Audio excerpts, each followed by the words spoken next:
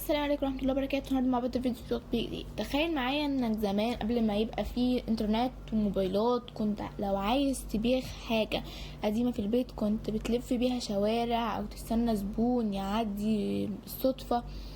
دلوقتي السؤال الغامض اللي لازم نسأله، هل التطور اللي حصل في البيع والشراء خلانا اذكياء شويه فعلا، ولو بس خلانا اسرع في اننا نضيع فلوسنا من غير ما نحس؟ وخليك معايا للاخر عشان الفيديو ده هيفهمك كل حاجة، هيغير طريقتك لنظريتك للتطبيقات تماما. خلينا نتكلم النهاردة عن تطبيق ديت شيلت. التطبيق اللي فكرته بسيطة في الظاهر لكنه اقوى جدا. انه منصة بيع وشراء محلية، يعني تقدر تبيع اي حاجة مستعملة عندك او تشتري من ناس قريبة منك في نفس المنطقة بدل ما تعتمد على الاعلانات التقليدية او تضيع وقتك في التوصيل العشوائي. التطبيق بيحاول يخلي العملية اسرع واسهل زي السوق المفتوح بس على موبايلك.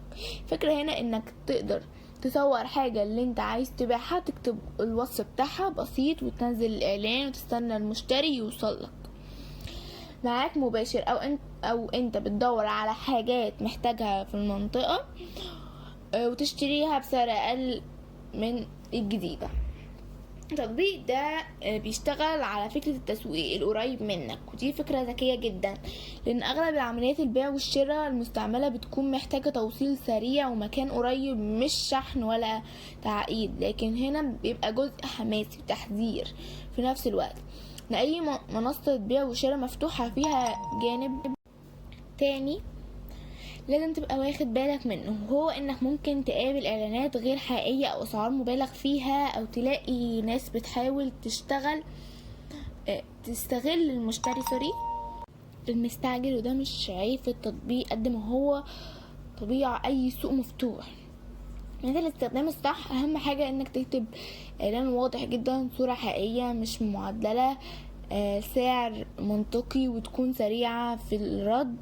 وتشتري لازم تتأكد انك بتقابل بيع مكان آمن، وده اهم من اي مميزات تانية. دي نقطة ناس كتير بتتغفل فيها وبتدخل في مشاكل مش بسبب التطبيق نفسه لكن بسبب الاستخدام الغلط. وبصينا على التعليقات المستخدمة على بلاي ستور هنلاقي ان في ناس بتشكر في سهولة استخدام وسرعة الانتشار الاعلانات، وانه بيسهل البيع المحلي جدا. وفي نفس الوقت في شكاوي بتتكلم عن المستخدمين في بعض المناطق او صعوبة الوصول لنتائج سريعة مقارنة بتطبيقات اكبر، ودي طبيعة لان اي تطبيق جديد يبدأ تدريجي في الانتشار. بالنسبة لموضوع الربح، التطبيق ده زي غالبا بتكسب من الاعلانات داخل التطبيق او ترويج للاعلانات المميزة